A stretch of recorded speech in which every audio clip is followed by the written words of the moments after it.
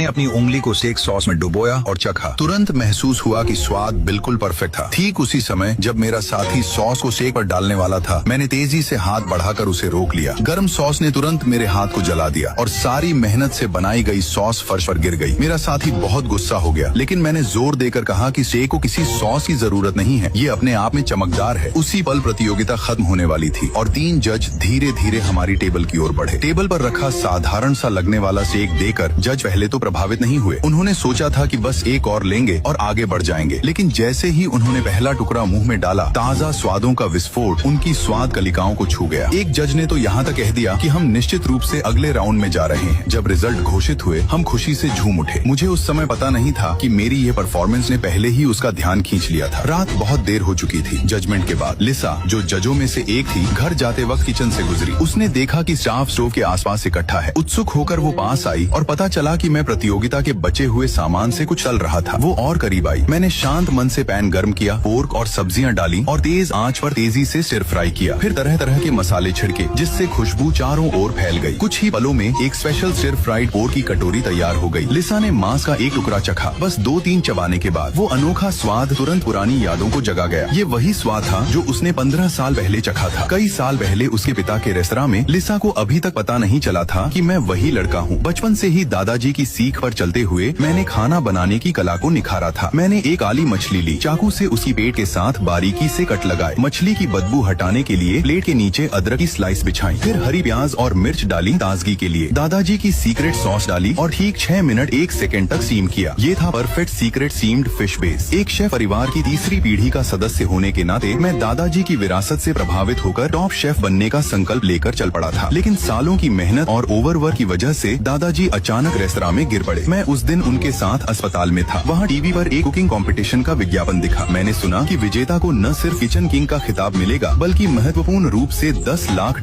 का इनाम भी। दादाजी के इलाज के लिए पैसे जुटाने हेतु मैंने प्रतियोगिता में हिस्सा लेने का फैसला किया। सामान पैक किया और अकेले निकल पड़ा। जैसे ही प्लेन से उतरा, चारों ओर के खाने की चमक दमक ने मुझे हैरान कर दिया। होश संभाला तो ऑडिशन साइट की ओर भागा, लेकिन वहाँ बताया गया कि रजिस्ट्रेशन बंद हो चुका है। $1 मिलियन का इनाम बस हाथों हाथ था। मैंने तुरंत एक योजना बनाई। जैसे ही स्टाफ ने नाम पुकारे, मैंने एक अनुपस्थित प्रतियोगी की जगह ले ली। कुलिनरी किंग कंपटीशन आधिकारिक तौर पर शुरू हो गया। पहला राउंड था सिर्फ अंडे। मैंने आराम से अंडे तोड़े, एक कटोरे में डाला, फिर गर्म पैन में डाल दिया। जज आते देख मैंने हल्के से पैन हिलाया और ऑमलेट को प्लेट पर सरकाया। सुनहरा एग रोल जल्दी बन गया। जजों ने चखा और मैं फाइनल में पहुंच गया।